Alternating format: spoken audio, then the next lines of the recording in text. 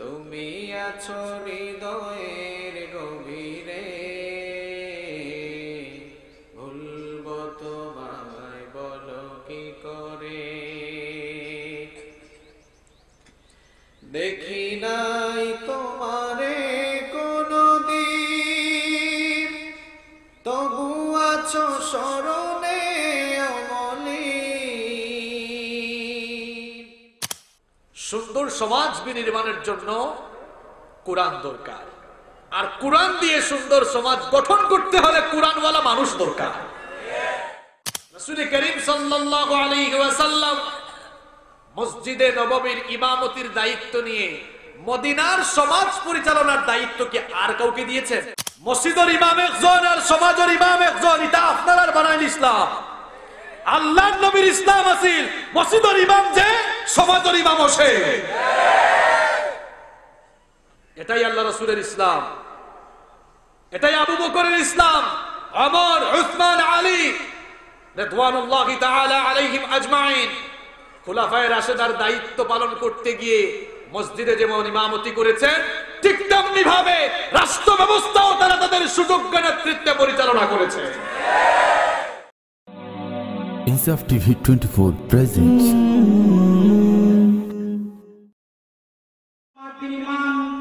ওম ঐক্যবদ্ধ সমাজ ব্যবস্থার গুরুত্ব ও দেশপ্রেম। সূরা ইমরান আয়াত নং 103। ঐক্য বিষয়ের উপরে তাফসীর পেশ করার জন্য ঐক্য মাহফিলের পক্ষ থেকে, ঐক্য এলাকার পক্ষ থেকে সবিনয় অনুরোধ করছি।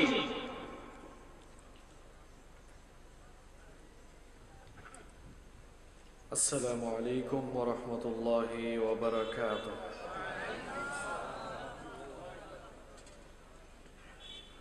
إن الحمد لله الذي بنعمته تتم الصالحات، الذي علم القرآن، خلق الإنسان وكرم وعلمه من البيان ما لم يعلم، فسبحان الذي لا يحصى امتنانه باللسان ولا بالقلم. نستغفره ونتوب إليه، ونشهد أن لا إله إلا الله وحده لا شريك له، ونشهد أن سيدنا وسندنا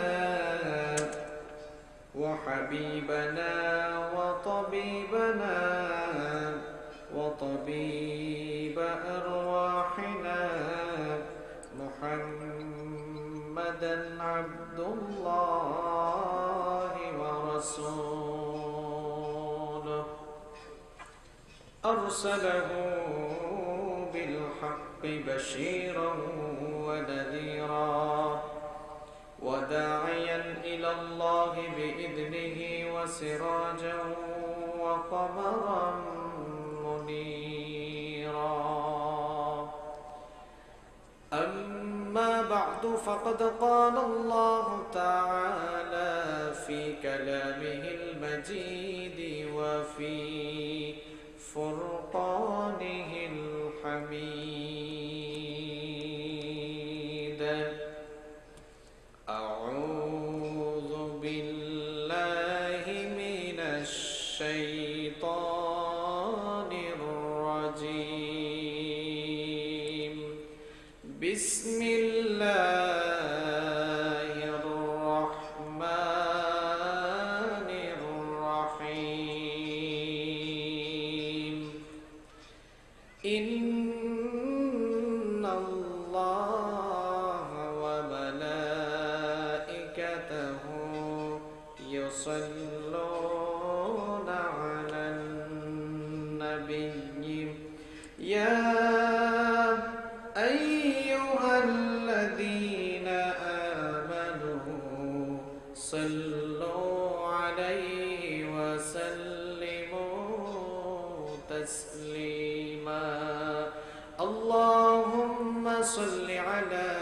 محمد وعلى آل محمد كما صليت على إبراهيم وعلى آل إبراهيم إنك حميد مجيد اللهم بارك على محمد وعلى آل محمد كما باركت على إبراهيم وعلى آل إبراهيم إنك حميد مجيد ربي زدني علما ربي زدني علما رب اشرح لي صدري ويسر لي أمري واحلل عقدة من لساني يفقه قولي سبحانك لا علم لنا إلا ما علمتنا إنك أنت العليم الحكيم صدق الله العظيم তুমি আছো হৃদয়ের গভীরে ভুলবো তোমায় বলো কি করে তুমি আছো হৃদয়ের গভীরে ভুলবো তোমায় বলো কি করে দেখি নাই তোমারে কোনদিন তবু আছো স্মরণে অমলিন দেখি নাই তোমারে কোনদিন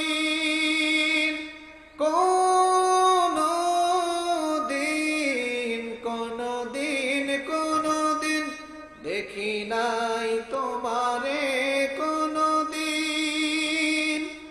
তবু আছো স্মরণে অমলিন প্রেমের ভুবনে তোমারই বিরহ ব্যথায় নিশীতের শেফালিরা ঝরে তুমি আছো হৃদয়ের গভীরে ভুলবো তোমায় বলো কি করে তুমি আছো হৃদয়ের গভীরে ভুলবো তোমায় বলো কি করে তোমায় ভুলে যদি যাই গো কবু সে হবে আমারই পরাজয় আমার সকল আশার আলো ও বেলায় হারিয়ে যাবে হায় ও বেলায় হারিয়ে যাবে হায় যতবার তোমারে খুঁজেছি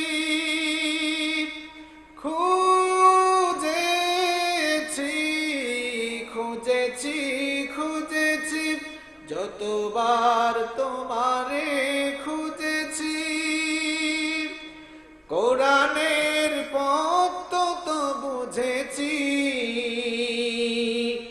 নিজেকে চিনেছি হে রাসূল নবীজি তোমার পাঠানো ঠিকানা পড়ে তুমি আছো হৃদয়ের গভীরে ভুলবো তোমায় বলো কি করে তুমি আছো হৃদয়ের গভীরে ভুলবো তোমায় বলো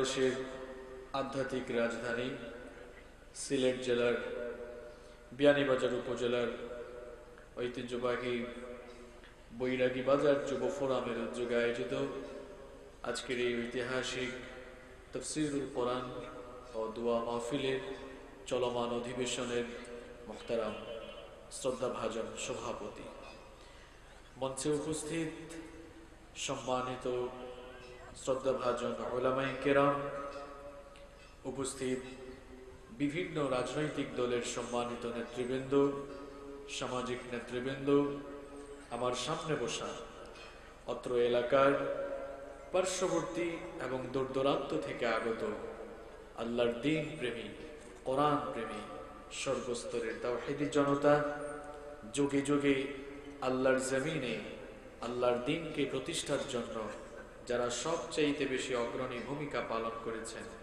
আমার প্রাণ প্রিয় যুবক এবং তরুণ ভাইয়েরা, স্কুল, কলেজ, ইউনিভার্সিটি এবং বিভিন্ন মাদ্রাসা পড়ুয়া, আমার প্রাণ প্রিয় মেধাবী ছাত্র ভাইয়েরা, মহিলা প্যান্ডেল থেকে কিংবা ঘরে বসে পর্দার অন্তরায় থেকে যারা শুনছেন, আমার শ্রদ্ধেয়া সম্মানিতা মা এবং বোনেরা, উপস্থিত মিডিয়ার প্রিয় কর্মী ভাইয়েরা, জাতির বিবেক সম্মানিত সাংবাদিক বৃন্দ, প্রাণ প্রিয় বিয়ানীবাজারবাসী, আপনারা সবাই কেমন আছেন?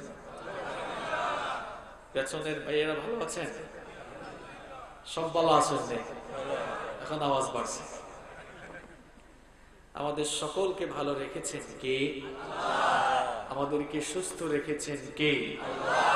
কোরআনের এই মেলায় আমাদেরকে শামিল হওয়ার তৌফিক দিয়েছেন কে?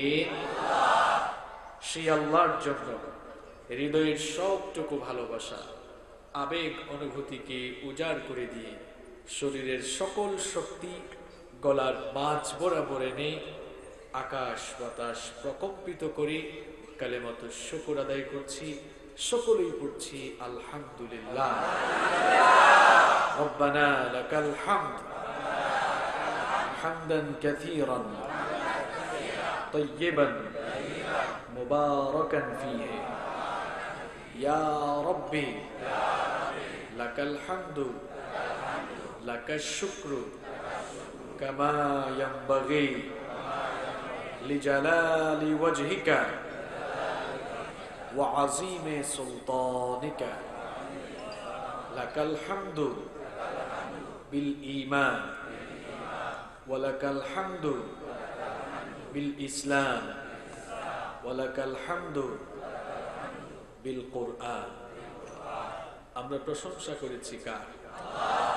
লাভ হয়েছে কার?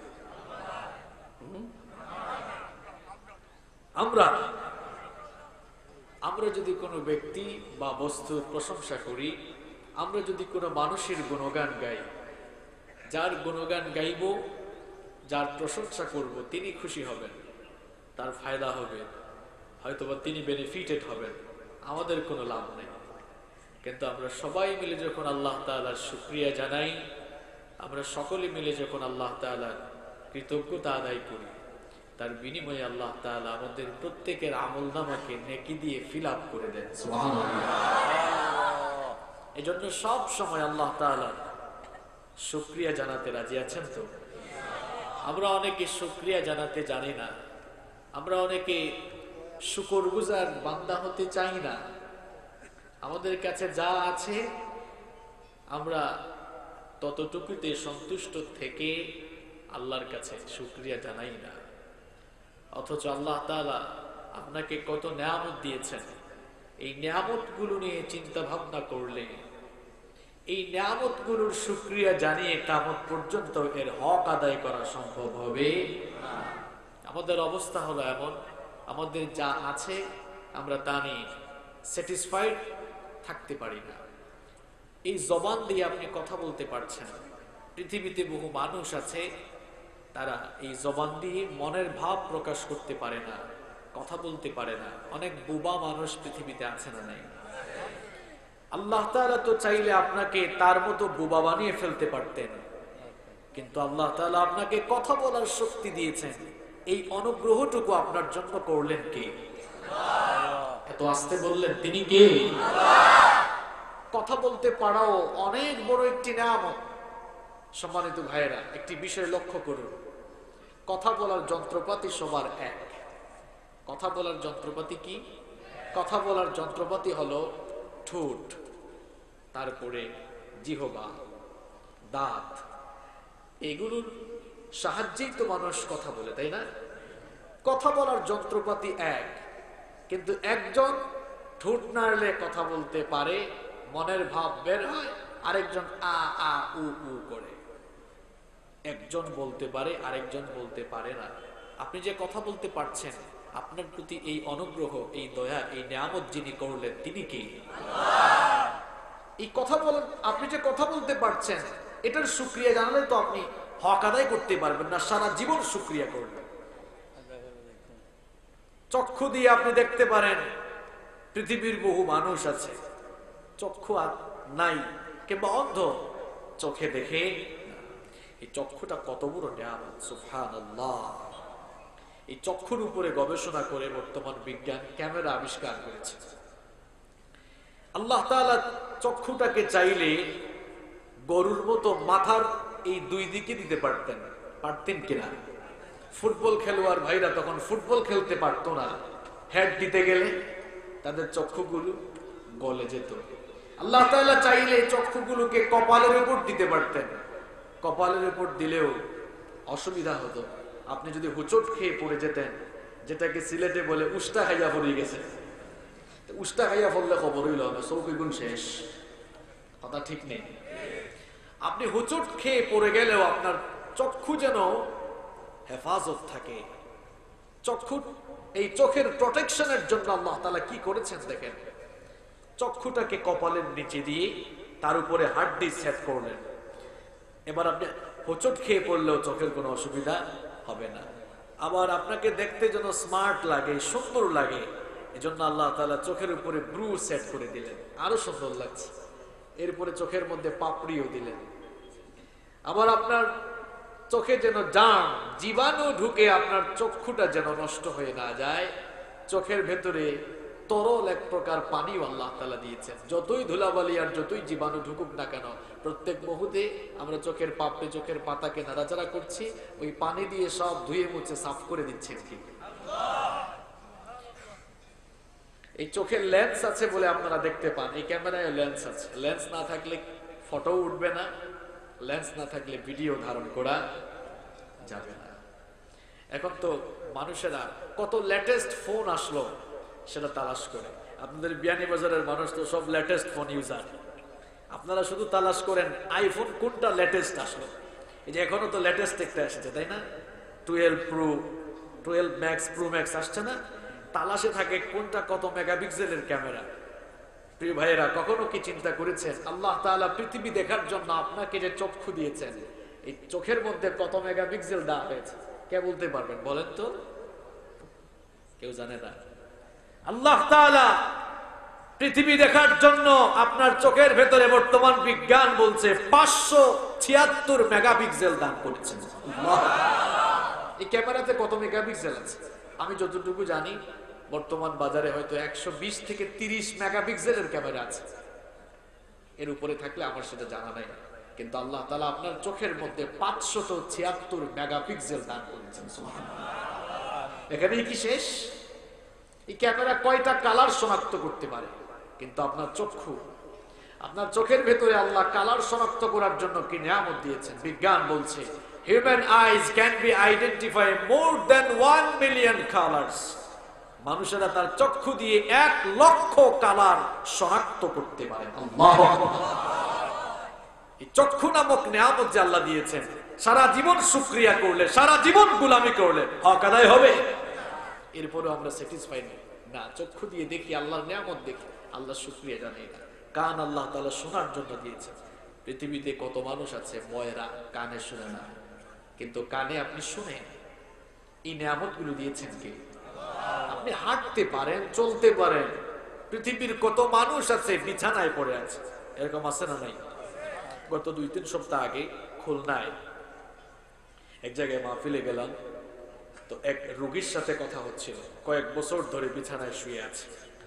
তার কি কষ্ট, আপনি হাঁটতে পারেন, চলতে পারেন, এটা আপনি ফিল করতে পারবেন না, তার কষ্টটা সে বুঝে। তাহলে এই যে হাঁটতে পারা, চলতে পারা, কথা বলতে পারা, দেখতে পারা, শুনতে পারা, এই সবগুলো নিয়ামত কার? আপনাকে থাকার জন্য আল্লাহ তাআলা একটি বাড়ি বানাবার তৌফিক দিয়েছেন। আপনার বাড়ি আছে, কত মানুষের ঘর বাড়ি নাই।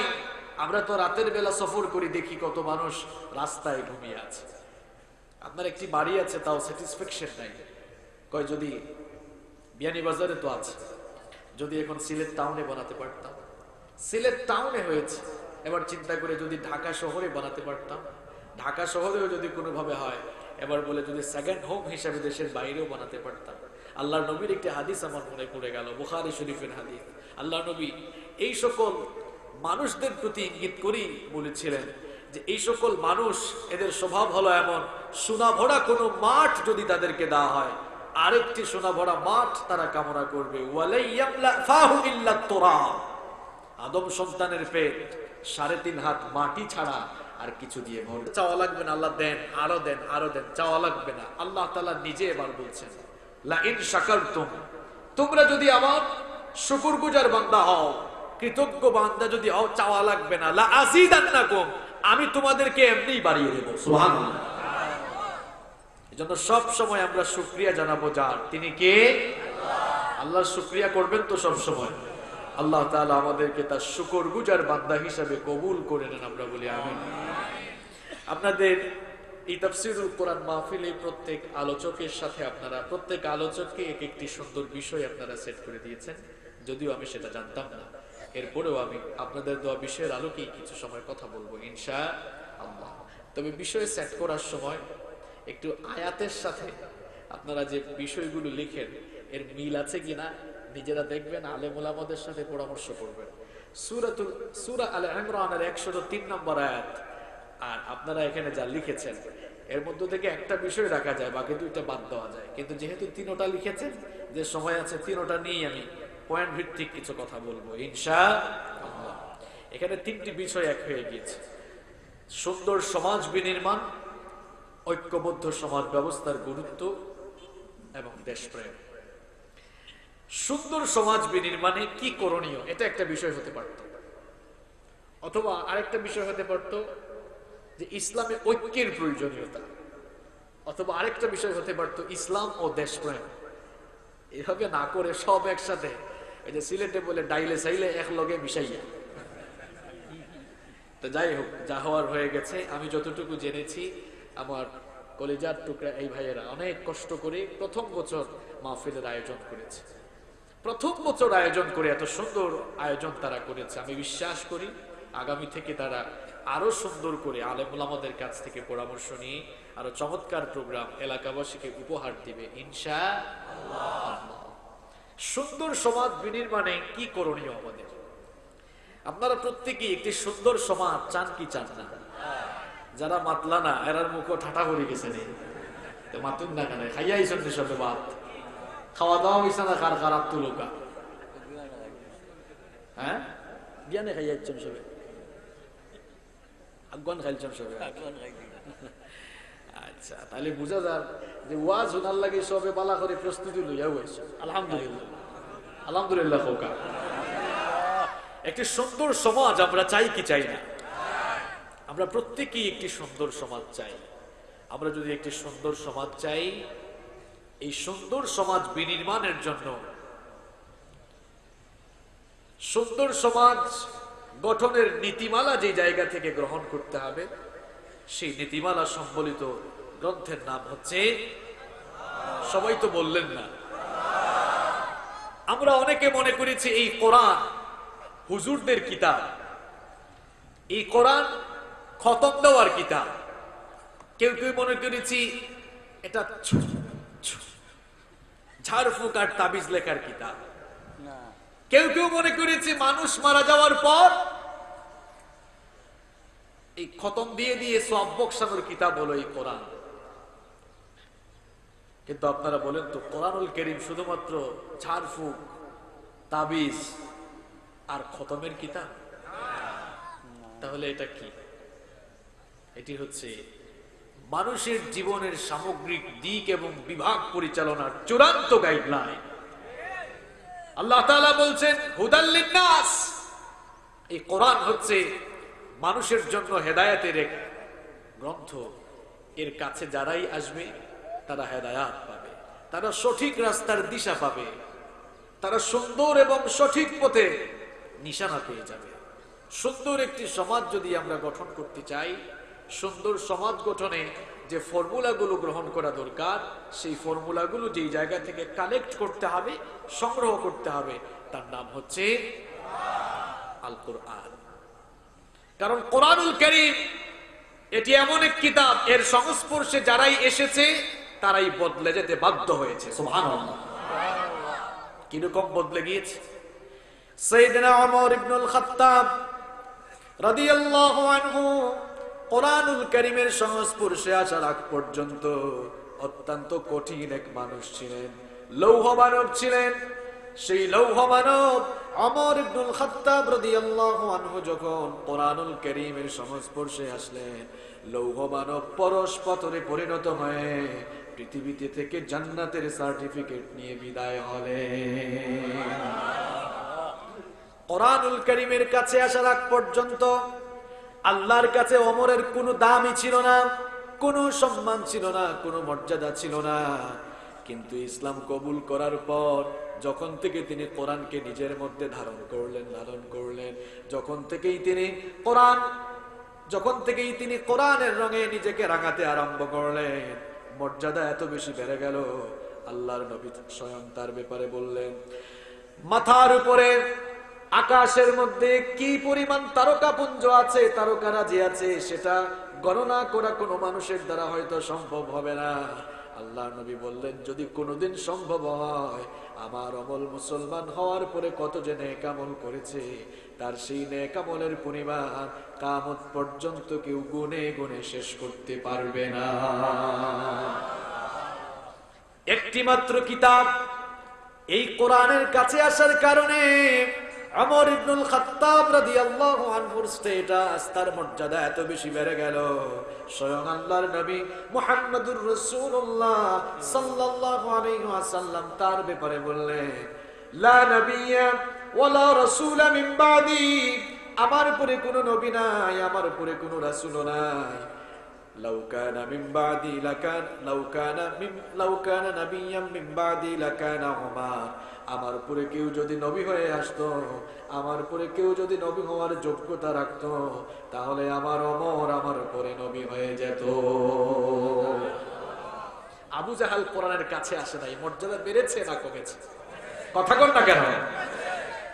আল্লাহ নবী দুইজনের জন্য দোয়া করেছিলেন, যে দুইজন থেকে একজনকে যেন আল্লাহ কবুল করেন, আবু জাহাল এবং ওমর। আল্লাহ তাআলা ওমরকে কবুল করলেন। ওমর রাদিয়াল্লাহু আনহু ইসলাম কবুল করার কারণে, কোরআনের কাছে আসার কারণে তার মর্যাদা বাড়লো না কমলো? কথা বলেন। আবু জাহাল কোরআনের কাছে আসলো না, ইজ্জত সম্মান বাড়লো না কমলো? কমতে কমতে একেবারে তলানিতে গেছে। এখন তার বাড়িও টাট্টি হয়েছে। টাট্টি বুঝেননি আপনারা? না বুঝেননি? টয়লেট। দেখো কোরআনের বিপরীতে দাঁড়াইলে অবস্থা ভালো হয় না খারাপ হয়?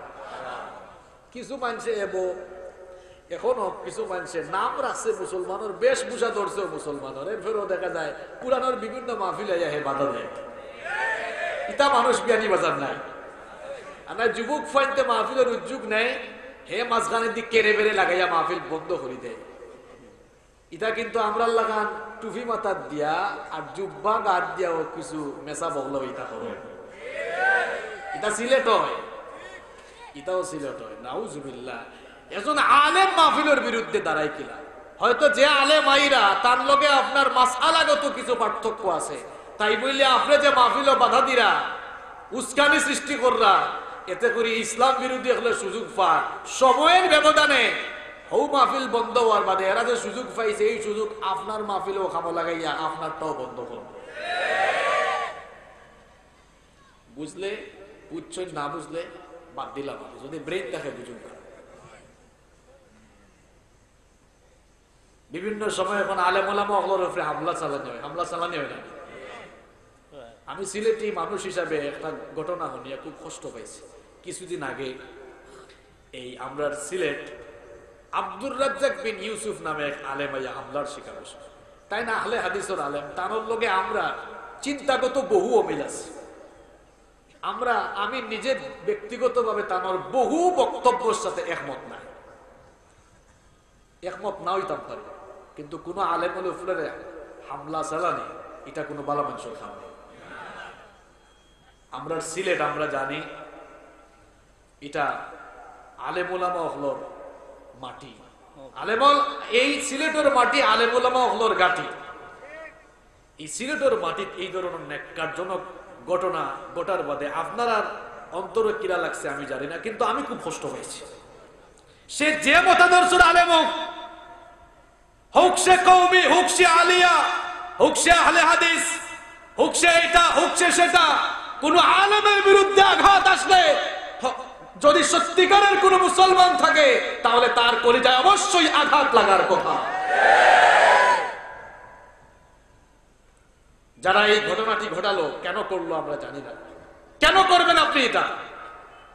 সে যে মতাদর্শেরই আলেম হোক, আজকে আব্দুর রাজ্জাক বিন ইউসুফের উপর হামলা হয়েছে, আগামীকাল কওমি ঘরানার কারো উপরে হামলা হতে পারে, এরপরের দিন আলিয়া ঘরানার কারো উপরে হামলা হতে পারে, এরপরের দিন চরমুনাই ঘরানার কারো উপরে হামলা হতে পারে, এরপরের দিন হেফাজতওয়ালা কারো উপরে হামলা হতে পারে। এই জন্য আগে থেকেই আমাদের সাবধান হয়ে যাওয়া লাগে। আল্লাহ তাআলা আমাদেরকে হেদায়েত দান করে। বলছিলাম কোরআনের বিরুদ্ধে চলে গেলেই মানুষের মর্যাদা বাড়ে না কমে। দেখেন আবু জাহাল কোরআনের পক্ষে ছিল না বিপক্ষে ছিল? বেজ্জতির সাথে দুনিয়া থেকে বিদায় নিল। তার বাড়িও এখন ইন্টারন্যাশনাল টয়লেটে পরিণত হয়েছে, আন্তর্জাতিক টয়লেট। বিশ্বের বিভিন্ন দেশ থেকে হাজী সাহেবরা যখন হজ করতে যায়, বিশেষ করে বাংলাদেশ, ভারত, পাকিস্তান, এই তিন দেশের হাজী খুব সাংঘাতিক। বিমান থেকে নেমেই বলে পুলিশকে, ভাই আবু জাহেলের বাড়ি কোনটা? পুলিশে বলে কিরে, বিমান থেকে নেমে আবু জাহেলের বাড়ি খুঁজো কেন? কয় বুঝো না, ৬-৭ ঘন্টা বিমানে জার্নি করে আসছি, ও খাওয়া দাওয়া হয়েছে, এগুলো ডেলিভারি দেওয়ার জন্য হেড অফিসে যাওয়ার দরকার আছে না? কোন হেড অফিস বুঝছেন তো আপনারা? আবু জাহাল কোরআনের বিরোধিতা করেছিল। মানুষ আজ তার বাড়িতে গিয়ে পায়খানা করে। কি করে? আমি বলছিলাম যে কোরআনের কাছে আসলে মানুষের মর্যাদা বাড়ে না কমে। এই কোরআন ব্যক্তি এবং সমাজকে পরিবর্তন করে দেয়। এই যে ব্যক্তি কিভাবে পরিবর্তন হয় বললাম, ওমরের মতো লোক কোরআনের কাছে আসার কারণে তার সম্মান মর্যাদা বেড়েছে না কমেছে? জাহেলি যুগ সম্পর্কে আপনারা অনেকে পড়াশোনা করেছেন, অনেকে জানেন। এইজ অফ ইগনোরেন্স, সেই অজ্ঞতার যুগ, অন্ধকার সেই যুগে, যে যুগে মানুষের নীতি নৈতিকতার কোনো বালাই ছিল না, যেই যুগের মানুষের মধ্যে কোনো নৈতিকতা ছিল না, নৈতিক কোনো মূল্যবোধ ছিল না, যেই যুগের মানুষরা ছিল চোর, ডাকাত, লুটতরাজ, লুণ্ঠনকারী, নারীর ইজ্জত, সতীত্বের জম, সেই মানুষগুলো যখন কোরআনের সংস্পর্শে চলে আসলো, যারা ছিল চোর ডাকাত তারা মানুষের সম্পদের পাহারাদার হয়ে গেল। সুবহানাল্লাহ। যারা ছিল নারীর ইজ্জত আর সতীত্বের জম, কোরআনের কাছে আসার কারণে সেই মানুষগুলো সোনার মানুষে পরিণত হয়ে সেই মানুষগুলো নারীর ইজ্জত আর সতীত্বের পাহারাদার হয়ে গেল। সুবহানাল্লাহ। আর সেই সমাজ কেমনে বদলালো? রাসূল করিম সাল্লাল্লাহু আলাইহি ওয়াসাল্লাম এই একটি মাত্র কিতাব দিয়ে জাহেলি যুগের সেই অন্ধকারাচ্ছন্ন সমাজ ব্যবস্থা, সকল অন্ধকারের মূলোৎপাটন করে দিয়ে রাসূল করিম সাল্লাল্লাহু আলাইহি ওয়াসাল্লাম এই কোরআন দিয়ে সুন্দর একটি সমাজ বিনির্মাণ করে একটি সুন্দর রাষ্ট্র তাদেরকে উপহার দিয়েছিলেন। সুবহানাল্লাহ। তাহলে সুন্দর সমাজ বিনির্মাণে এই কোরআনের কোনো বিকল্প আছে? কোনো বিকল্প? কিন্তু ভাই দুঃখের জায়গা হলো এই কোরআন দিয়ে যে আপনি সমাজ বিনির্মাণ করবেন, কোরআন দিয়ে সমাজ বিনির্মাণ করতে হলে কোরআনওয়ালা লোকদের কাছে সমাজ বিনির্মাণের দায়িত্ব দেওয়া লাগবে। কথা ঠিক না বেঠিক? রাসূল করিম সাল্লাল্লাহু আলাইহি ওয়াসাল্লাম এই জন্য নবুয়তি দায়িত্ব পরিচালনার পাশাপাশি সমাজ বিনির্মাণের দায়িত্ব তিনি নিজে গ্রহণ করেছেন। বলেন তো আপনারা, রাসূল করিম সাল্লাল্লাহু আলাইহি ওয়াসাল্লাম মসজিদে নববীর ইমামতি নিয়ে ব্যস্ত থেকে মদিনার সমাজ বিনির্মাণের দায়িত্ব কি অন্য কাউকে দিয়ে দিয়েছিলেন? এই কথা বলেন না কেন? আসল জায়গায় তো আসছে এখন। বিষয় যে দিয়েছেন এখন তো বলতে হবে কথা।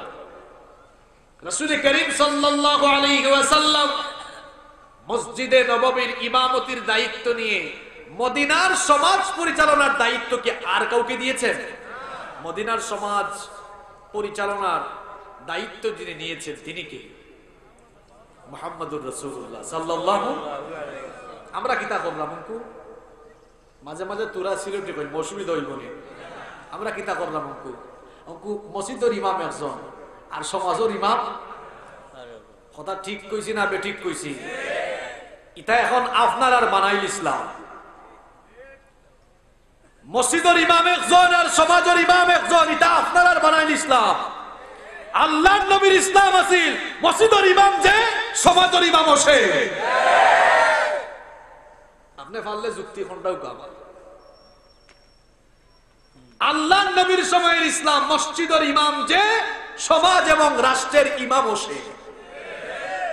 আপনারা সমাজ কিলা, আপনারা গাঁওর নাম কিতা মাতন না খালে, বাজারের নাম তো বৈরাগী বাজার।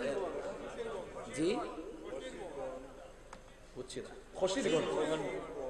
খসিরবন্দ খুব বেশি খসি মিলেনি কেন? হ্যাঁ বেশি বেশি খসি খাই না আপনারা না?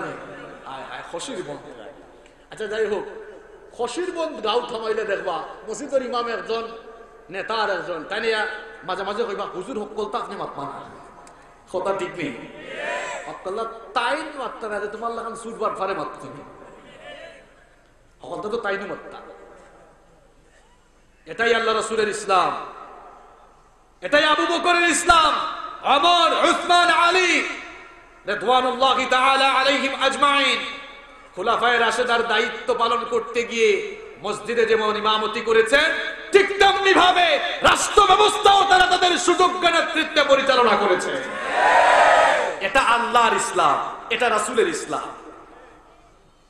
আমরা খালি তাসবিহ বার কইরা টিভা টিভি, কিন্তু আমার কথা বেজার হইছে রানি, বেজার হইলে বিষয় কান দিছন কিতার লাগি আমারে দুই সামান নাই আপনারা অন্যথা দিলা না কেন? কবর, মৃত্যু, হাসর, ফুলসিরা কথা কইলাম না। তসবিহ বকইরা খালি টিভা টিভি, নমাজ আজান হয়ে গেলে খালি নমাজও, খালি তসবিহ টিভা টিভি আর আজান হয়ে গেলে নমাজও গেলে কি হইতো না। ইমানদার হিসাবে সমাজ গঠন করার লাগে এই দায়িত্ব আপনি নিজে নেওয়া লাগবে। আবু জেহেলের লগে আল্লাহ নবীর অত মারামারি হইল না। যদি আল্লাহ রসুল একবার হইতা আবু জেহেল আল্লাহ রসুলের সম্পর্কে কিতা লাগে মাতন না জানে মুকুট ডিফা লাগাইলে দইতো না। চাচা আফন চাচা কিতা তাই যদি একবার না কইতা যে চাচা এক কাম করুকা, মক্কার হকলতা চালাইবার দায়িত্ব আপনার, আর কাবাগরের ইমামতি খান আমারে আপনি দেলাউকা, আমি খতিব বক্তব্য দিব। ইকান যদি আবু জেহেল এই প্রস্তাবটা দায়িত্ব কইল নে বাতি আবু কোয়া আমার যে সুন্দর এক প্রস্তাব দিছো তুমি আবু কোয়া সান্ডপাঙ্গ কইল না আমার বাতিজার লাগে সকল ফেসিলিটি বাড়াও, কারণ আমার বাতিজা সকলতা আমারে চালাইবার দায়িত্ব দিলাইছে, আর কোনটা লাগেনি। ফেস লাগছিল কেন? ফেস লাগছিল কেন? চাচা আপনার নীতিতে সকলতা চলতে নাই। আলা লাহুল খালকু ওয়াল আমর, সৃষ্টি জাত আল্লাহর জমিনে আইনও চলবে তা। আবু জেহেল কই দেখরাইনি হালত, হ্যাঁ আমার এলাকা কিতা শুরু হয়েছে, বিদ্রোহ শুরু, ধরো মাইরপিট শুরু করো। মাক্কি জিন্দেগিটা সহজ আছে না কঠিন আছে? না কেন? ইমানের ঘোষণা যারাই দিছে ইমানের পরীক্ষার সম্মুখীন তারা হয়েছে। বাবাও হল ভাই হল, আপনারা তো ইমান আনছেন, এটা ফ্রি ফ্রি ইমান, কোনো বিনিময় দিচ্ছেন না। আর আল্লাহর নবীর সাহাবী হলে ইমান আনার পরে এমন কঠিন পরীক্ষার সম্মুখীন হয়েছেন, ইমান আনার বাদে জ্বলন্ত কয়লার উপরে তারা চিত করিয়া শুয়াইয়া বুকুর উপরে ফাতর চাপাদি রাখা হয়েছে। আল্লাহু আকবার। ইমান অত সোজা বিষয় নয়। আমি যেই কথা বলছিলাম, সুন্দর সমাজ বিনির্মাণের জন্য কোরআন দরকার, আর কোরআন দিয়ে সুন্দর সমাজ গঠন করতে হলে কোরআনওয়ালা মানুষ দরকার। এখন আপনি সমাজে রাখলেন যে আউযুবিল্লাহ বিসমিল্লাহ শুদ্ধ করে বলতে জানে না, সমাজ গঠনের দায়িত্ব তাকে দিয়ে এরপরে মাহফিলে হুজুরকে বিষয় দিয়েছেন সুন্দর সমাজ বিনির্মাণের দায়িত্ব। এটা ওয়াজ সারা জীবন হইব, কিন্তু সুন্দর সমাজ স্বপ্নও থাকবো, বাস্তবে কোনোদিন দেখতে নাই। এটা আমার মাতে বেজার হয়ে গেলানি আপনারা। অনেক সময় হাসা মাতলে মানুষ বেজার হয়ে যায়। আমার কথা বুঝছেন নেই? আমি কইছি সুন্দর সমাজ গঠন করতে হইলে কোরআন ছাড়া বিকল্প নাই। এখন সুন্দর সমাজ গঠন করতে হইলে কোরআন দরকার, আর কোরআন দিয়ে সমাজ চালাইতে হইলে কোরআনওয়ালা মানুষ দরকার। এখন সমাজের দায়িত্ব আউযুবিল্লাহ বিসমিল্লাহ মারইতো নাই মুখে দিয়ে, তারা যদি কি একটা মারো এরপর আউযুবিল্লাহ বিসমিল্লাহ মারতো নাই। এখন ইগুর কাছে সমাজের দায়িত্ব দিয়া, আর এম হাসিবুর রহমান হুজুর আইসন, হুজুর আপনার সুন্দর সমাজ বিনির্মাণের ওয়াজ করুক, কাইবাই ওয়াজ চলা ইবাই দায়িত্ব আরো উপরে লাভই বনে কিতা করতে হইব। তাহলে সলিউশন কি? সলিউশন হচ্ছে কোরআনওয়ালা লোকগুলোর হাতে সমাজের দায়িত্ব সুপর্দ করে দিতে হবে, তখনই আপনি সুন্দর সমাজ পাবেন। এজন্য দায়িত্ব দিয়েই শেষ না, আপনাদেরকেও সহযোগিতা করা লাগবে। এজন্য আগে কোরআন বুঝতে হবে। আমরা অনেকে বুঝি না কোরআনটা আসলে কি। কোরআন অনেকে বুঝি না, বুঝা দূরের কথা, রাখার জন্য চেষ্টা করছে, কোরআন শেখার জন্য কোনো চেষ্টা করছে না। খুব দুঃখজনক কথা। অথচ এই কোরআনের প্রথম শব্দই নাজিল হয়েছে ইকরা, রিড। এই কিতাব পড়ার জন্য, শেখার জন্য আদেশ দিয়েছেন কে?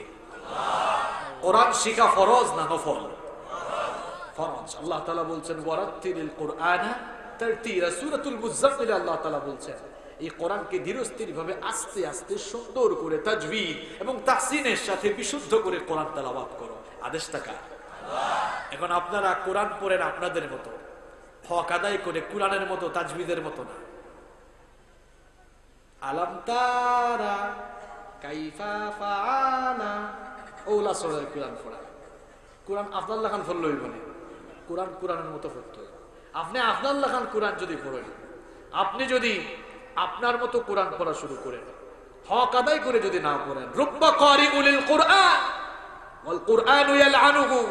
কোরআনুল কারীমের বহু এমন পাঠক আছে, বহু তেলাওয়াতকারী আছে, এরা কোরআন তেলাওয়াত করলে সওয়াবের পরিবর্তে কোরআন থেকে লানত পায়। নাউযুবিল্লাহ মিন যালিক। অথচ আমরা জানি কোরআন পড়লে সওয়াব হয়। কোরআন পড়লে কি হয়? সওয়াবের পরিমাণটা কেমন? আল্লাহর নবী বলেছেন মান ক্বারাআ হারফাম মিন কিতাবিল্লাহ ফালাহু বিহি হাসানাহ ওয়াল হাসানাতু বিআশরি আমসালিহা। আল্লাহর কিতাবে কোরআন থেকে একটি অক্ষর যারা তেলাওয়াত করবে আমলনামায় 10 নেকি দান করবেন কে? কোরআন শুদ্ধ করে পড়লে নেকি পাওয়া যায়, সওয়াব পাওয়া যায়, কিন্তু অশুদ্ধ কোরআন পড়লে সওয়াবের পরিবর্তে আরো লানত পেতে হবে। এজন্য আমার ভাইরা কোরআনটা শিখতে হবে।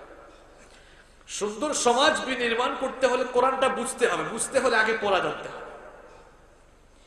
আমরা অনেকেই এখনো বিশুদ্ধ করে কোরআন পড়তে জানি না, অথচ আল্লাহর কোরআনের প্রথম হক হলো, প্রথম দাবি হলো আল্লাহর কোরআনটা বিশুদ্ধ করে তেলাওয়াত শিখা।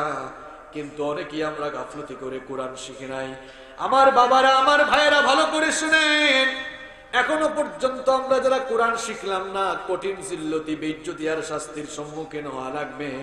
কাল কিয়ামতের দিন হাসরের ময়দানে আমাদের সকলকে হাসরের মাঠে একত্রিত করবেন কে?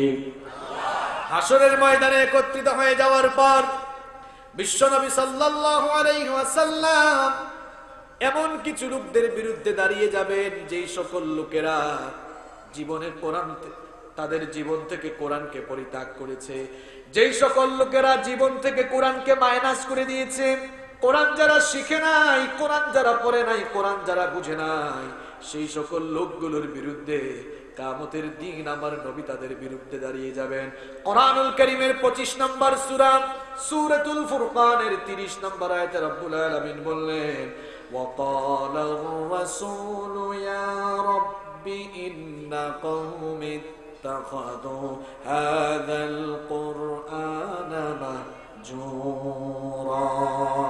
বিশ্বনবী সাল্লাল্লাহু আলাইহি ওয়াসাল্লাম হাসরের ময়দানে কিছু লোকদের বিরুদ্ধে দাঁড়িয়ে বলবেন, আল্লাহ তাআলা কোরআনে তুলে নিয়েছেন ওয়াকালা রাসূলু, রাসূল সেদিন বলবেন ইয়া রাব্বি ইন্না কওমি ইত্তাখাযু হাযাল কুরআনা মাহজুরা।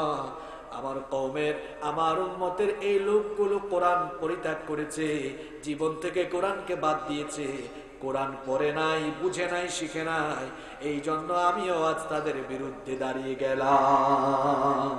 নাউযু বিল্লাহি মিন যালিক। আল্লাহর হাবিব যদি কারো বিরুদ্ধে কিয়ামতের দিন দাঁড়িয়ে যায়, ওই মানুষটা বাঁচার কোনো উপায় আছে? কথা বলেন, বাঁচার কোনো উপায় আছে? আমার বাবারা, আমার ভাইয়েরা, আমার শিক্ষার্থী ভাইয়েরা, সবাইকে উদ্দেশ্য করে কথাগুলো বলছি, ভালো করে শুনেন। আমরা যারা এখনো কোরআন শিখতে পারলাম না, ভালো করে শুনেন, কেন আমরা এখনো কোরআন শিখলাম না? এই কোরআন থেকে যারা মুখ ফিরিয়ে নিবে, রব্বুল আলামিন সেই সকল দুর্ভাগ্যবান মানুষগুলোর জন্য দুনিয়া আর আখিরাতে 3টি শাস্তির ব্যবস্থা রেখেছেন। জুড়ে কোন কয়টা?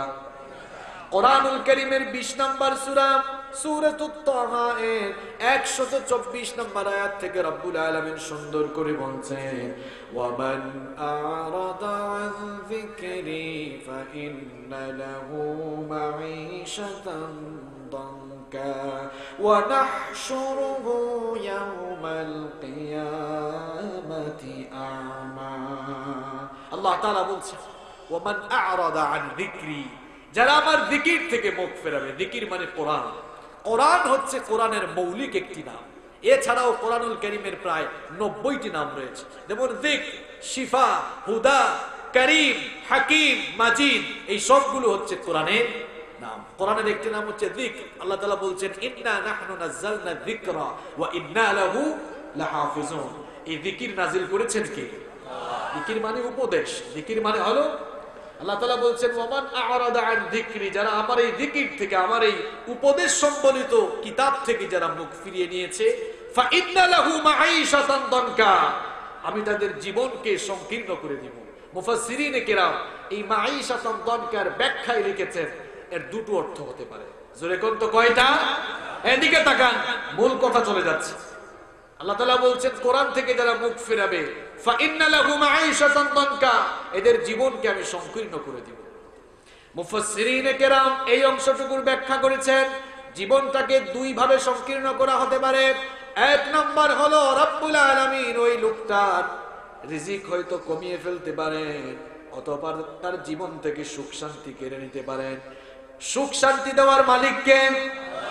শুধুমাত্র টাকা পয়সা, সম্পদশালী আর ক্ষমতার মালিক হলেই সুখ শান্তি পাওয়া যায় না। সুখ শান্তি টাকা দিয়ে, ক্ষমতা দিয়ে কেনা যায় না। এমন বহু মানুষ আছে যার বহু টাকা পয়সা আছে, গাড়ি বাড়ি, ইন্ডাস্ট্রি, রাজনীতি, ক্ষমতা সবই আছে, কিন্তু শান্তি নাই। কথা বলেন আছে? রিক্সাওয়ালা সারাদিন বিয়ানীবাজারের অলিগলিতে রিক্সা চালায়, 300-400 টাকা ইনকাম করে। দেখা যায় এশার নামাজ পড়ে ডাল আলু ভর্তা দিয়ে ভাত খেয়ে নাকে তেল দিয়ে ঘুমায়, তার মনে শান্তি আছে। কারণ সুখ শান্তি টাকা দিয়ে কেনা যায় না। সুখ শান্তি দেওয়ার মালিক কি? বাস্তবতার সাথে জীবন মিলিয়ে দেখেন, কোরআনের এই আয়াতের সাথে জীবনের বাস্তবতা মিলিয়ে দেখেন। আল্লাহ তাআলা বলছেন, যারাই তাদের জীবন থেকে কোরআনকে মাইনাস করবে, আমি আল্লাহ তাদের জীবন থেকে সুখ শান্তি কেড়ে নেব। বাহির থেকে দেখলে এদেরকে নাদুস নুদুস দেখা যায়, খুব টাকাওয়ালা মানুষও দেখা যায়, কিন্তু তার মনে শান্তি নাই। তার মনের খবর তো আপনি জানেন না। আল্লাহ তাআলা বলছেন, কোরআন থেকে যারাই মুখ ফিরাবে, আমি তার জীবন থেকে সুখ শান্তি কেড়ে নিব।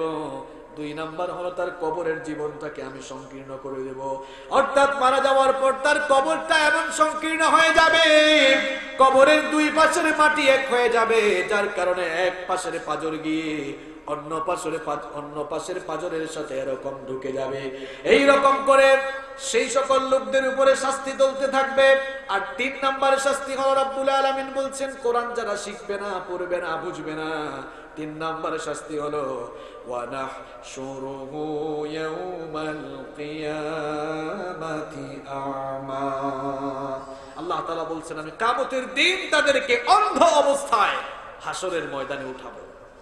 অন্ধ অবস্থায় হাসরের ময়দানে যখন এই লোকগুলোকে উঠানো হবে, এই লোকগুলো তখন আল্লাহর কাছে বলবে ফরিয়াদ করে, ক্বালা কাযালিকা আতাতকা আয়াতুনা ফানাসিতাহা ওয়া কাযালিকাল ইয়াওমা তুনসা।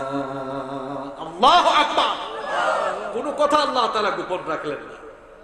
ওই মানুষগুলো বলবে, আল্লাহ, কিয়ামত আমরা দুনিয়ায় চোখে দেখতাম, চক্ষুষ্মান ছিলাম, আজ হাসরের মাঠে তুমি আমাদেরকে অন্ধ করে একত্রিত করেছো কেন? আল্লাহ তাআলা তখন জবাব দিবেন, কাযালিকা আতাতকা আয়াতুনা, আমার এই আয়াত, আমার এই কিতাবের আয়াতগুলো তোর কাছে গিয়েছিল, তোর ঘরে কোরআনও ছিল, তোর ঘরে কোরআন ছিল, জীবনে কোনোদিন এই চক্ষু দিয়ে কোরআন পড়িস নাই, চক্ষু থাকতেও আমার কোরআন দেখলি না, এই জন্য হাসরের ময়দানে তোকে অন্ধ করে উঠালাম। তোর ঘরের মধ্যে কোরআন ছিল, আমার কোরআনকে তুই ভুলে গিয়েছিলে। দুনিয়ায় আমার কোরআন তুই যেভাবে ভুলে গিয়েছিলে, ওয়াকাদালিকাল ইয়াউমা তুনসা, আজ তোর মতো গোলামকে আমি আল্লাহও ভুলে গেলাম। ওয়াকাদালিকাল ইয়াউমা তুনসা, আজ তোকেও আমি ভুলে গেলাম। আল্লাহ যদি কাউকে বলেন তোর মতো গোলামকে আমি ভুলে গেলাম, ওই মানুষ আর মুক্তি পাওয়ার কোনো উপায় আছে? নাজাত পাওয়ার কোনো উপায় আছে? স্কুল কলেজ বিশ্ববিদ্যালয়ে যারা পড়ো, তোমাদেরকে বলছি, কেন এখনো কোরআন শিখতে পারলা না? খুব শুদ্ধ করে বাংলায় কথা বলতে পারো, ফডর ফডর করে ইংরেজিতে চমৎকার প্রোনাউন্সিয়েশনে কথা বলতে পারো, আউযুবিল্লাহ বিসমিল্লাহ কেন এখনো শুদ্ধ করে পড়তে পারো না? এ কেমন জীবন তুমি তৈরি করছো? এ কেমন ক্যারিয়ার তুমি সাজাচ্ছ? বাবাদেরকে বলতে চাই, সন্তানদেরকে সব শিখালেন, এখনো কেন কোরআন শিখালেন না? আপনার সন্তানকে অ আ ক খ এবিসিডি পড়ে শিখান, আলিফ বা তা থা তাকে আগে শিখান। যদি তাকে কোরআন না শিখান, সন্তানগুলো ওই দিহান আর আনুষ্কার মতো হবে। আর সন্তানগুলোকে কোরআন শেখালে আল্লাহওয়ালা হবে, মুত্তাকি পরহেজগার, চক্ষু শীতলকারী হয়ে যাবে, ঠিক কি না? লন্ডনে যাওয়ার জন্য, আমেরিকায় যাওয়ার জন্য আইএলস করে, আইএলস এক্সাম দেয়, টুফেল করে, জিআরই করে, ইংরেজি ভাষার কোর্স করে, কিন্তু আল্লাহর জান্নাতে যাওয়ার জন্য সময় অর্থ বিনিয়োগ করে কোরআন শিখতে পারে। আহা কপাল! আমার ভাইরা, আল্লাহর শাস্তি থেকে বাঁচার জন্য এই কোরআনটা শেখার দরকার আছে না নাই? কথা বলেন, কোরআন শেখার দরকার আছে না নাই? কোরআন শিখে ফেললেই দায়িত্ব শেষ না, এটাকে বুঝার চেষ্টা করেন। এটা তুতা পাখির জন্য, তুতা পাখির মতো পড়ার জন্য নাজিল হয় নাই। আল্লাহ তাআলা বলছেন, আফালা ইয়াতাদাব্বারুনাল কুরআন আম আলা কুলুবিন আকফালুহা, কি হলো তোমাদের, কেন এই কোরআন পড়ছো না, গবেষণা করছো না, চিন্তা ভাবনা করছো না? তাহলে কি তোমাদের অন্তর তালাবদ্ধ হয়ে গেল? অন্তরের তালা খুলে দাও, আল্লাহর কোরআনটা বুঝার চেষ্টা করো, তাহলেই আপনার অন্তরকে, আপনার হৃদয়টাকে কোরআনের নূর দিয়ে মুনাওয়ার করে দিবেন কে? এখন স্লোগান দেয় আল কোরআনের আলো, ঘরে ঘরে জালো। কিছু কিছু মানুষ আবার স্লোগান দেয় আল কোরআনের আলো, সংসদে জালো। আরে বাপরে বাপ, কি আবেগী মানুষ! সংসদে পড়ে জালো, ঘরে ঘরে পড়ে জালো, আগে স্লোগান দাও আল কোরআনের আলো, মানুষের হৃদয়ে হৃদয়ে, অন্তরে অন্তরে জালো। আগে অন্তরে কোরআনের আলো জ্বালা। আপনার অন্তরেই তো কোরআন নাই, আগে কোরআনটা পড়ে বুঝেন। কোরআন পড়লে, বুঝলে, এরপরে কোরআনের সমাজ গঠনের ইচ্ছা, আবেগ অন্তরে আসবে, এর আগে আসবে। তাহলে সুন্দর সমাজ বিনির্মাণের জন্য কোরআন লাগবে, আর কোরআন যে সুন্দর সমাজ উপহার দিতে পারবে, এজন্য আগে কোরআনটা বুঝা লাগবে, এরপরে কোরআনওয়ালা লোকদের হাতে দায়িত্ব সুপর্দ করতে হবে, নতুবা সুন্দর সমাজ পাওয়া যাবে। শুধুমাত্র মসজিদের ইমামতি নিয়ে পড়ে থাকলেন, ওয়াজ মাহফিল নিয়ে পড়ে থাকলেন, শুধুমাত্র তাসবিহ তাহলিল আর মাদ্রাসায় শিক্ষাদানের মধ্যে আমরা যদি ব্যস্ত হয়ে পড়ি, আর সমাজের দায়িত্বগুলো যদি কোরআন বিরোধী লোকদের হাতে দিয়ে দেয়, তাহলে দেখবেন এই কোরআন বিরোধী লোকেরা সুযোগ পাইলেই দাড়িওয়ালা লোকদেরকে দাড়ি ধরে ধরে টানবে, ঠিক কিনা? সুযোগ পাইলেই বলবে মাদ্রাসায় জঙ্গি তৈরি হয়, সুযোগ পাইলেই মাদ্রাসার আলেম ওলামাদেরকে নিয়ে ষড়যন্ত্র করবে, চক্রান্ত করবে। এই জন্য কোরআন দিয়ে আমরা মসজিদ মাদ্রাসা যেভাবে পরিচালনা করব, সুন্দর সমাজ পেতে হলে কোরআন দিয়ে সমাজটাকেও পরিচালনা করা লাগবে। এই জন্য কোরআনওয়ালা লোকদের হাতে দায়িত্ব সুপর্দ করতে হবে। কোরআনওয়ালা লোকরা যদি সমাজ পরিচালনা করে, সেই সমাজে কোনো জুলুম থাকবে না, সেই সমাজে কোনো অন্যায় থাকবে না, সেই সমাজে আমানতের কখনো খেয়ানত হবে না। কোরআনওয়ালা লোকদের শাসনের নমুনা কেমন এবার শুনেন। আবু বকর রাদিয়াল্লাহু আনহু, তিনি যখন খেলাফতের দায়িত্ব, মনোযোগ আসেনি না গেছে কি? জেতা সমাজ চাইরা, পুরান জেতা সমাজ চাইরা সুন্দর সমাজ পাইতে হইলে সুন্দর মানুষের কাছে দায়িত্ব দিতে হইবে। আর সুন্দর মানুষ হইতে হইলে কোরআনের বিকল্প আছে, কথা কোকা, কোরআনের বিকল্প আছে। এখন আছে কোরআনের বিকল্প অন্য কোনটা আছে না? জুসা মনে হয় হুশুস গেছে গিয়া।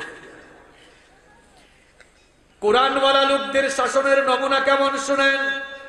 সাইয়েদনা আবু বকর রাদিয়াল্লাহু আনহু, তিনি যখন খেলাফতের দায়িত্বে, তিনি যখন মদিনার রাষ্ট্র পরিচালনা করছেন, তিনি যখন খেলাফতের দায়িত্বে আছেন, সেই সময় একদিন তার নিজের বিবি, তার প্রিয়তমা স্ত্রী বললেন, ওগো খলিফাতুল মুসলিমিন, কিছুদিন ধরে সন্তানরা সারিদ নামক খাবার খাওয়ার জন্য খুব আগ্রহ পোষণ করছে। সারিদ হলো আরব দেশের একটি বিখ্যাত খাবার। তার স্ত্রী বললেন, বাচ্চাগুলো সারিদ খেতে চাইছে, একটু সারিদ নামক খাবারের ব্যবস্থা করলে তো ভালো হয়, বাচ্চাগুলো খুশি হয়ে যাবে। সাইয়েদনা আবু বকর রাদিয়াল্লাহু আনহু তখন বললেন, প্রিয়তমা স্ত্রী আমার, ভালো করে শোনো, মদিনার রাষ্ট্র পরিচালনার দায়িত্ব আমাকে দেওয়া হয়েছে। মদিনা রাষ্ট্রের খলিফা হলাম আমি। খেলাফতের এই দায়িত্ব পালন করি বলে মাস শেষে আমাকে একটি বেতন দেওয়া হয়। ওই বেতন দিয়ে ঠিক মতো তো সংসারই চালাতে পারি না। কি করে আমি আবার সারিদ নামক আলাদা খাবারের ব্যবস্থা করব? বাচ্চাদেরকে অন্য কোনো খাবার খাইয়ে বুঝ দিয়ে দাও। কিছুদিন পর দেখা গেল আবু বকর রাদিয়াল্লাহু আনহুর ঘরে সারিদ নামক খাবারের আয়োজন হলো, তার সামনেও পরিবেশন করা হলো। তিনিও পেট ভরে খেলেন। খাবার পরে মাথায় চিন্তা আসলো, কি ব্যাপার, আমার ঘরে সারিদ নামক খাবারের আয়োজন কেমনে হলো? নাকি কোনো আত্মীয় স্বজন হাদিয়া পাঠালো? আমাদেরকে কি কোনো আত্মীয় স্বজন এই খাবার পাঠালো নাকি? সত্যতা যাচাই করার জন্য তার বিবিকে ডাকলেন, ডেকে বললেন, প্রিয়তমা স্ত্রী আমার, আমার ঘরে আজ সারিদ নামক খাবারের আয়োজন হলো কিভাবে? তার স্ত্রী তখন বললেন, ওগো খলিফাতুল মুসলিমিন, প্রত্যেক দিন বাজার করার জন্য আপনি আমার হাতে যে পয়সা নেন, সেই বাজার করা পয়সাগুলো থেকে অল্প অল্প কিছু পয়সা আমি জমিয়েছিলাম। অল্প অল্প কিছু পয়সা জমানোর পরে আজ আমি আমার ঘরে সারিদ নামক খাবার ওই পয়সা দিয়ে রান্না করেছি। এই কথা শোনা মাত্র খলিফাতুল মুসলিমিন, আল্লাহর নবীর প্রিয় সাহাবী আবু বকর রাদিয়াল্লাহু আনহুর মাথায় যেন ৭টি আকাশ ভেঙে পড়ার উপক্রম হয়ে গেল। সঙ্গে সঙ্গে তিনি মজলিসে শুরার বৈঠক আহ্বান করলেন। তার ক্যাবিনেটে যারা ছিলেন সবাইকে আহ্বান করলেন।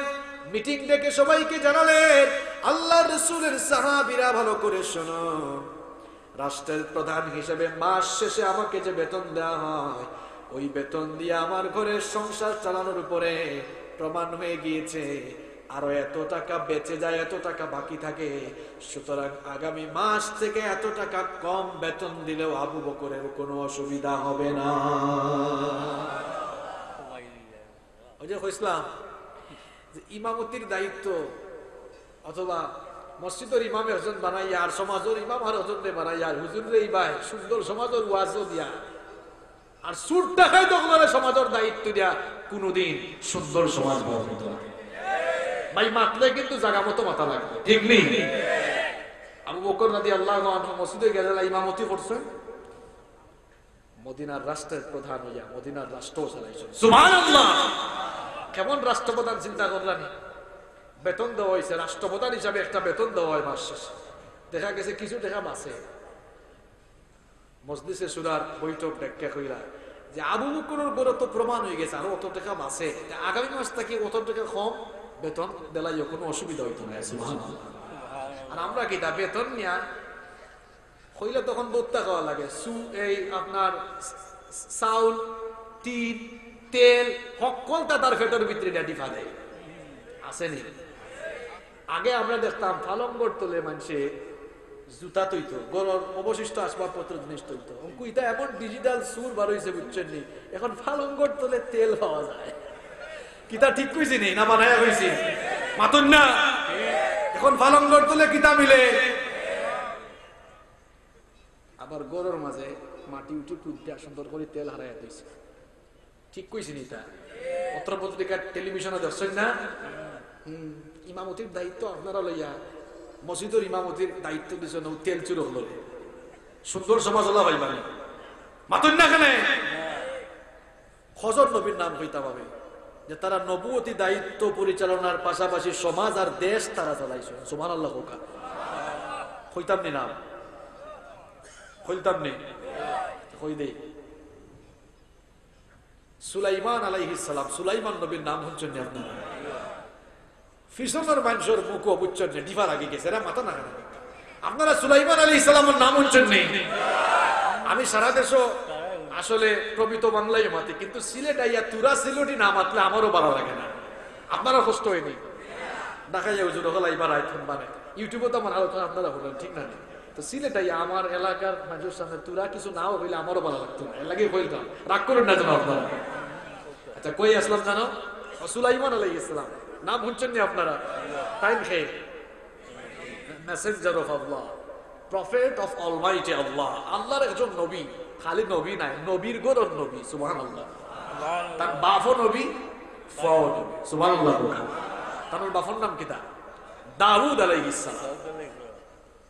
সুলাইমান আলাইহিস সালামে মাত্র 13 বছর বয়স তানোর বাপর রাখিয়া যাওয়া সিংহাসন আরোহণ করছে।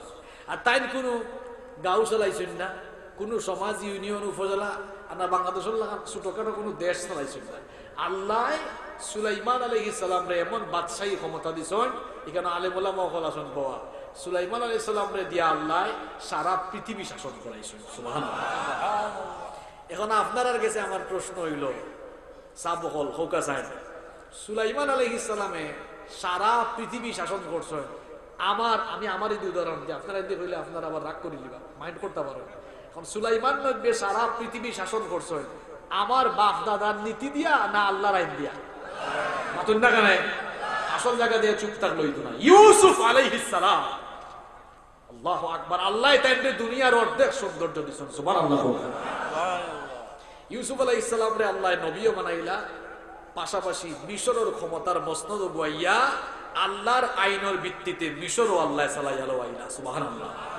আচ্ছা অত নবীর উদাহরণ দিয়ে আমি কিতাব করতাম, আমার নবী দিয়ে আমি উদাহরণ দিই। আমার নবী আখিরে নবী, রাহমাতাল লিল আলামিন, বিশ্ব নবী মুহাম্মদুর রাসূলুল্লাহ সাল্লাল্লাহু আলাইহি ওয়াসাল্লাম মদিনাত গিয়া জানে 10 বছর মদিনা চালাইছেন আবু জেহেলের বাপর নীতি দিয়া না আল্লাহর আইন দিয়া? তাইলে যারা কয় ধর্ম আর রাষ্ট্র ব্যবস্থা আলাদা, ইতা কথা যারা কয়, ইতা মাত যারা মাতে, বুঝছেন নি? আমি সোজা ভাষায় কই, ইগুন তোর মাথা শয়তানে মুতি দিছে, মানে এমন কথা হে কই কিলা বেকুব।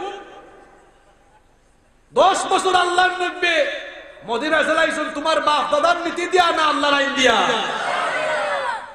চুরি ডাকাতির শাস্তি আল্লাহর নবী তার ইচ্ছা মতো করছেন না আল্লাহর আইন দিয়া করছেন? মাতুন না কেন?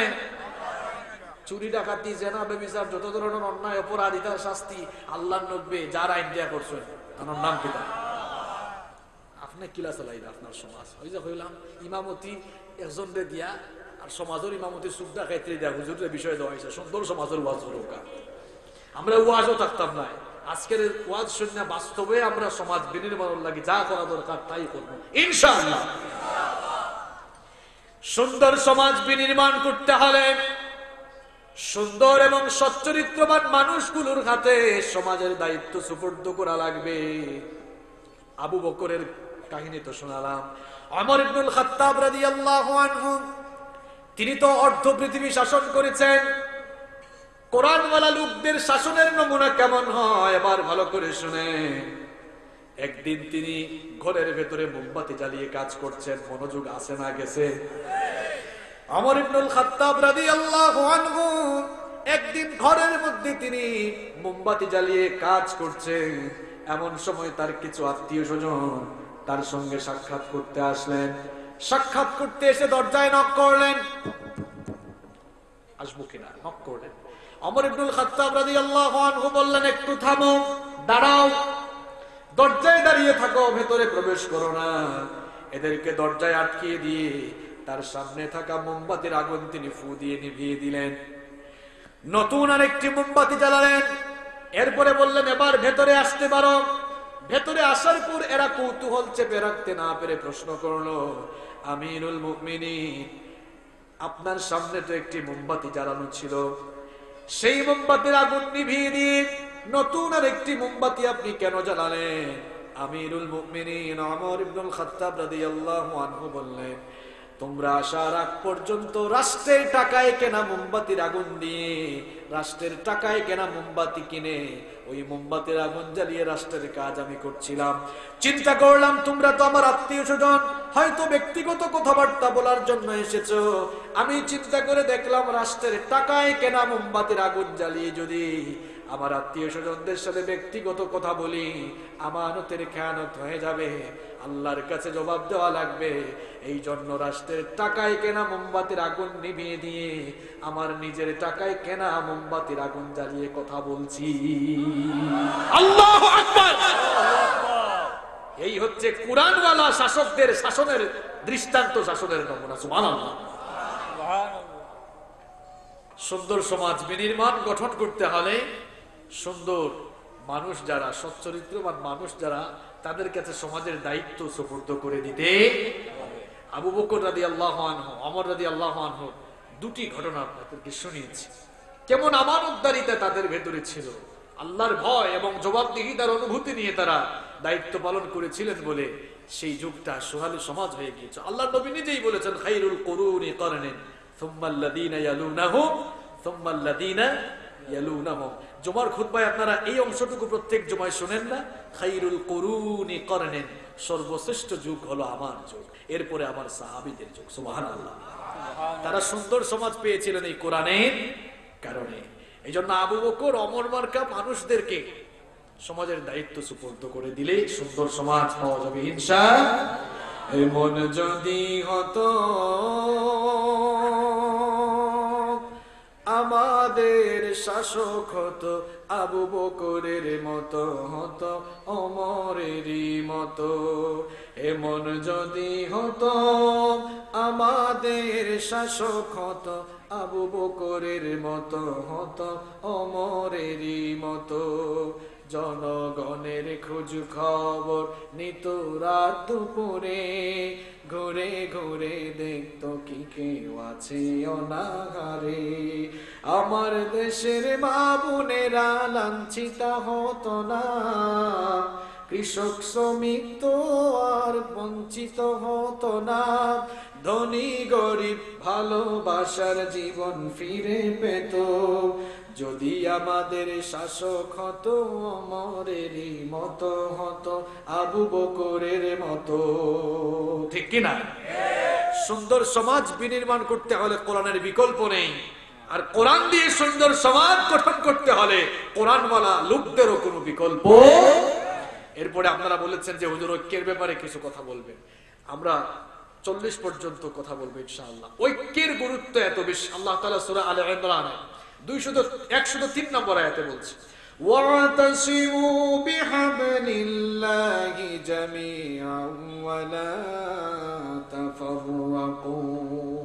আল্লাহ তাআলা বলছেন ঐক্যবদ্ধ হয়ে আল্লাহর দ্বীনের রজ্জুকে তোমরা আঁকড়ে ধরো। এই মুসলমানরা আজ ঐক্যের জায়গা থেকে বের হয়ে ছোট দল, ছোট বড় বিভিন্ন দলে উপদলে বিভক্ত হতে হতে আজ তারা অধপতনের অতল তলদেশে নিপতিত হয়েছে। সামান্য সামান্য মতপার্থক্যের কারণে আমরা একজন আরেকজনকে সহ্য করতে পারি না, একজন আরেকজনকে দেখতে পারি না, একজন আরেকজনের নামও শুনতে পারি না। ঐক্যের সবচাইতে গুরুত্বপূর্ণ শিক্ষা পাওয়া যায় ইসলামের সবচাইতে গুরুত্বপূর্ণ মৌলিক ইবাদত নামাজের ভেতরে। এই নামাজ আমাদেরকে ঐক্যের শিক্ষা দেয়। বলেন তো, নামাজে আমরা যখন দাঁড়াই তখন কি আমরা বলি সামনের কাতার কওমি, দ্বিতীয় কাতার আলিয়া, তৃতীয় কাতার চৌরমুনাই, চতুর্থ কাতার ফুলতলি, 5 নম্বর কাতার আওয়ামী লীগ, 6 নম্বর কাতার বিএনপি, এরকম কোন ক্লাসিফিকেশন আছে? মাতুন না কেন মূল জায়গা দিয়ে নামাজ লইত না।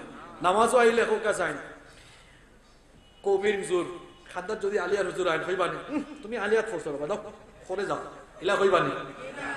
ফুলতলির হুজুর হইবানি, তুমি কমিট ফোর্স দাও আমার করে যাও, ইলা হইবানি। নামাজ হওয়ার বাদে আওয়ামী লীগ হোক, বিএনপি হোক, ফুলতলি হোক, কৌমি হোক, আলিয়া হোক, যারাই হোক, সব আমরা আইয়া নামাজ কাঁধে কাঁধ মিলাইয়া এক কাতারও। এই সময় দলীয় কোনো দৃষ্টিকোণ থাকে না, মাতুন না কেন থাকে না।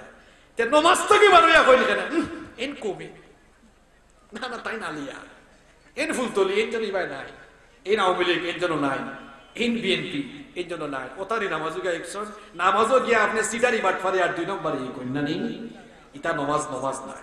নমাজে আপনারা কিতা শিখাইলো?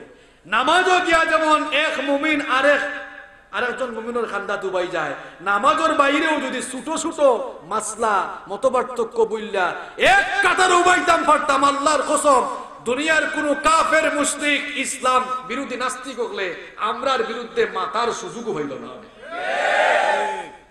আমরা তো বেরাসারার মাঝে আমরা দুয়ার মাঝে হইব আল্লাহ আলিয়া মাদ্রাসা গুলারে তুমি কবুল করো, আর জন্য হইবা আল্লাহ তুমি আমরা ফুলতলি মাদ্রাসা গুলারে কবুল, আপনারা রাগ করেন আমার কথা, আল্লাহ আমরা কওমি মাদ্রাসা গুলারে কবুল করো না, আপনি দুয়ার মাঝে হোক আল্লাহ বাংলাদেশে যত মাদ্রাসা আছে সব মাদ্রাসা তুমি কবুল করো।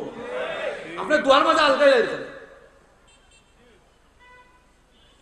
আপনি দুয়ার মাঝে হইলে আল্লাহ আলিয়ার সকল আলেমরে হেফাজত করো, আপনি দুয়ার মাঝে হইলে আল্লাহ আমার ফুলতলি মসলকর সকল আলেমরে হেফাজত করো, দোয়াত হইলে আল্লাহ আমার আলিয়া মসলকর সকল আলেম হল হেফাজত। কথা ইকছেন আপনি নাই 2 নম্বরে ইসলাম থেকে আপনি হাত তুলে হইবা আল্লাহ বাংলাদেশের সমস্ত উলামা হলে তুমি হেফাজত করো।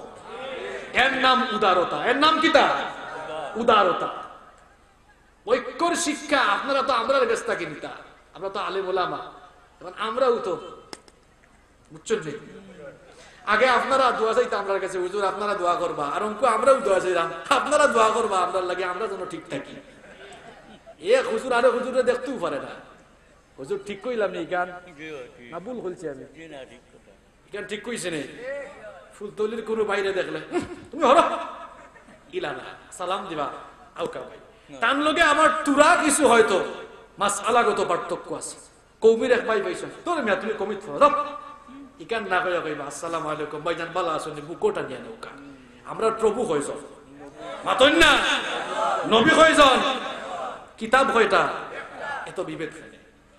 আমাদের প্রভু এক নবীর উম্মত জীবন বিধানে ওই শিবানী কোরআন, আমাদের প্রভু এক নবীর উম্মত জীবন বিধানে ওই শিবানী কোরআন। তবে কেন এক হে মুসলমান, এক করিয়া হুবান বাইতুল্লাহ মদিনা শরীফে না আলাদা, কওমির বাইতুল্লাহ একবার আর আলিয়ার বাইতুল্লাহ একবার মাতুন না খানে এক নেই, আপনার আলাদা খানে বাইতুল্লাহ মদিনা শরীফে উহুদ পাহাড়ে বদরের মাঠে একটা তো চাঁদ একটাই সূর্য ধরাতে নিয়ম মেনে আলো করে দার। তবে কেন এক হে মুসলমান, এক করিয়া হুবান, আমাদের প্রভু এক নবীর উম্মত জীবন বিধানে ওই শিবানী কোরআন। তবে কেন এক হে মুসলমান, এক করিয়া হুবান পড়েন আমিন। আমার ভাইয়েরা, যেদিন আমরা আমাদের রাজনৈতিক এবং দলীয় মতাদর্শের উপরে উঠে, আমরা যখন আমাদের সংকীর্ণ মন মানসিকতার উপরে উঠে আমরা যখন ইসলামের আদর্শকে লালন করতে পারবো, আপনারা দেখবেন যেই দিনে আমরা ঐক্যের কাতারে আসতে পারবো, সেই দিন থেকে ইসলামের বিরুদ্ধে এই জমিনে কথা বলা চিরতরে বন্ধ হয়ে যাবে ইনশাআল্লাহ। এক হুজুর মায়ের খায়, আপনি চুপ থাকেন, এটা আমাদের হুজুর না, এটা কবির হুজুর। মুফতি জসিমউদ্দিন সাহেবকে ছুরিকাঘাত করা হলো, জানেন কি জানেন না আপনারা? আপনি যদি বলেন না আমি ফুলতলি মস্ত করালাম, তাই মাইরে খাইছি ভালো হয়েছে, আজকে তাই 2 দিন বাদে আপনার উপরে আইতো না, অসম্ভব কোনটা নেই। আপনি যদি চুপ থাকেন, এক আলেমের উপরে আঘাত আইছে, কিছুদিন বাদে আপনার উপরে হইব। এর লাগি দল মতর উপরে উঠুকা, দল যার যার, রাজনীতি যার যার, ইসলাম সবার কথা ঠিক নেই। কওমি আলিয়া ফুলতলি আওয়ামী লীগ বিএনপি জামাত হেফাজত চরমুনা এটা আলাদা আলাদা ইয়ে করুকা, মিছিল দৌকা অসুবিধা নাই, কিন্তু ইসলামের বেলায় আমরা সবাই এক, ঠিক নেই? নবীর বেলায় আমরা সবাই এক। আল্লাহ নবীর না কেউ কটূক্তি করলে আমরা দল মত সত্তা বলিয়া এরার বিরুদ্ধে এক কাতারে দাঁড়াইব ইনশাআল্লাহ। এখন যে নবীর সুন্নতরে নাই, যে কিছুদিন আগে না খাইলু তো মনে হয়, এই যে আরঙের নাম শুনছেন নি? এক ছেলে গেছে ইন্টারভিউ দিত, তার দাঁড়িয়ে আছে করি, তার ইন্টারভিউটা কি বার করে দিয়েছে। সম্মানিত ভাই বল, কিছুদিন আগে ফ্রান্সের প্রেসিডেন্ট ইমানুয়েল ম্যাক্রন, সে যেভাবে আল্লাহর নবীর এনে কটূক্তি করার কারণে পৃথিবীর সমস্ত মুসলমান হলে প্রতিবাদ জানাইয়া ফ্রান্সের পণ্য বয়কট করছে, ঠিক তেমনি ভাবে রাসূলুল্লাহর প্রতি ভালোবাসা দেখাইয়া আমরাও এখন তাকে আরবের সমস্ত পণ্য বয়কট করবো ইনশাআল্লাহ। ইনশাআল্লাহ এবার হইয়া সামনে ঈদ আর গিয়ে আবার আরব থেকে পাঞ্জাবি একটা আনিলেন না, জানো আনবানি কিনবানি, আল্লাহ বুঝার তৌফিক দেউক। আলেম ওলামা যারা আইছেন, আমার সম্মানিত আলেম ওলামা, শ্রদ্ধাভাজন আলেম ওলামা যারা আইছেন, আপনারাও যারা আইছেন, আউকা সব আমরা ঐক্যবদ্ধ হই। আর মারামারি করার সময় নাই রে ভাই। খে কৌমি, খে আলিয়া, খে ফুলতুলি, খে গরম শুনি ঠান্ডা শুনি, তা দেখার টাইম নাই। আমরা সব মুসলমান, আমরা সব আমরার ভাই। আমরা কৌমি আলারে ভাইলেও সালাম, আলিয়া ভাইলেও সালাম, ফুলতুলি ভাইলেও সালাম, আওয়ামী লীগ ভাইলেও সালাম, বিএনপি ভাইলেও। আমরা যদি এক হইতাম পারি তাহলে কোকা এই জমিন ও ইসলাম রে না কেউ ষড়যন্ত্র করতে পারবো নি? আল্লাহ আমরা সবরে এক আর নেক বানায় দেউক। আল্লাহুম্মা আমিন। ربنا ظلمنا أنفسنا وإن لم تغفر لنا وترحمنا لنكونن من الخاسرين ربنا اصرف عنا عذاب جهنم إن عذابها كان غراما رب العالمين